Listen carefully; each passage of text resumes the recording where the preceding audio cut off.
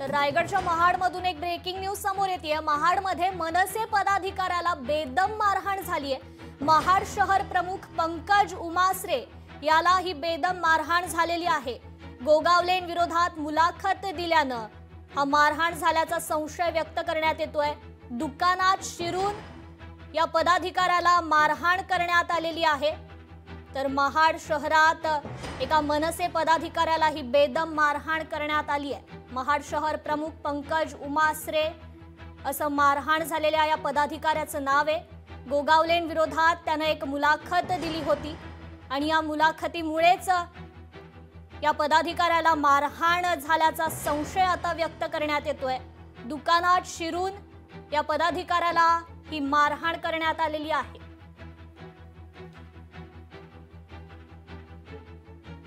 तर महाडमध्ये एका मनसे पदाधिकाऱ्याला ही बेदम मारहाण करण्यात आलेली आहे।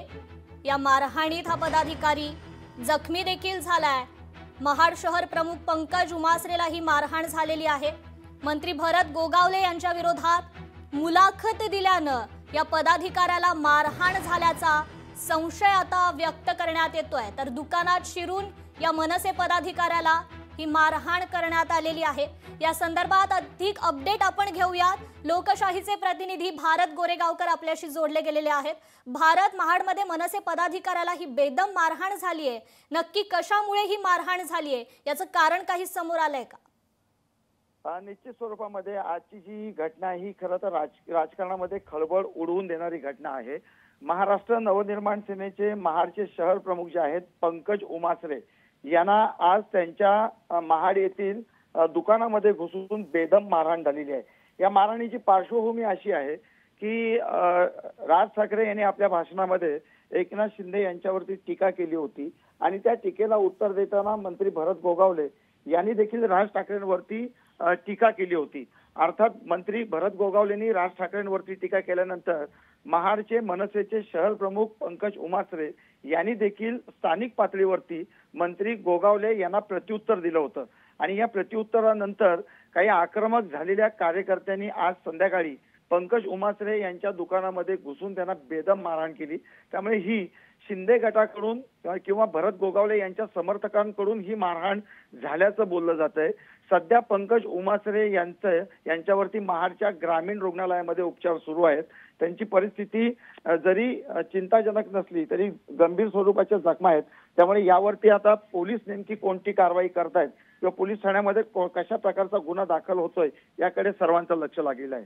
निश्चितच भारत, खरं तर रायगडमध्ये आधीच शिवसेना विरुद्ध राष्ट्रवादी असा वाद सुरू आहे। एकंदरीत म्हणलं तर भरत गोगावले विरुद्ध सुनील तटकरे असा हा वाद सुरू आहे आणि आता पुन्हा एकदा या संपूर्ण प्रकरणावरून मनसे सोबत देखील खरं तर वाद होण्याची शक्यता आहे का, असाही सवाल उपस्थित होतोय। निश्चित स्वरूपामध्ये या ठिकाणी रायगडच्या राजकारणामध्ये आपण जर पाहिलं तर सध्या चित्र असं आहे की महायुतीतील घटक पक्ष असताना देखील शिवसेना आणि राष्ट्रवादी यांच्यामध्ये उभा वाद आहे, वैर आहे आणि तो सर्वश्रुत आहे। असं असताना आता मनसेनी अर्थात एक प्रतिक्रिया आली होती, त्याला उत्तर मनसेच्या पदाधिकाऱ्यांनी दिलं होतं। ते उत्तर देताना देखील त्यांनी माध्यमांसमोर दिलं होतं। मात्र त्यांनी दिलेलं जे प्रत्युत्तर आहे मंत्री भरत गोगावले यांना हे कुठंतरी वर्मी लागलं शिवसैनिकांच्या किंवा भरत गोगावले यांच्या समर्थकांना आणि त्याच्यामुळे त्या रागातून पंकज उमासरे यांच्यावरती हा जीवघेणा हल्ला झाला असं सध्या बोललं जात आहे। अर्थातच मनसे या बाबतीत आक्रमक झालेली आहे। मात्र मनसेचे जे पदाधिकारी आहेत, जिल्ह्यातले जे प्रमुख पदाधिकारी आहेत, ते आज पूर्वनियोजित अशा मोर्चाला मुंबईमध्ये गेलेले होते। मुंबईमध्ये त्यांच्यापर्यंत ही बातमी समजल्यानंतर अर्थात पदाधिकारी असतील, मुंबईतले वरिष्ठ मनसेचे पदाधिकारी असतील, त्यांनी देखील पंकज उमासरे यांचं या ठिकाणी फोन करून त्यांची माहिती घेण्याचा प्रयत्न केलाय।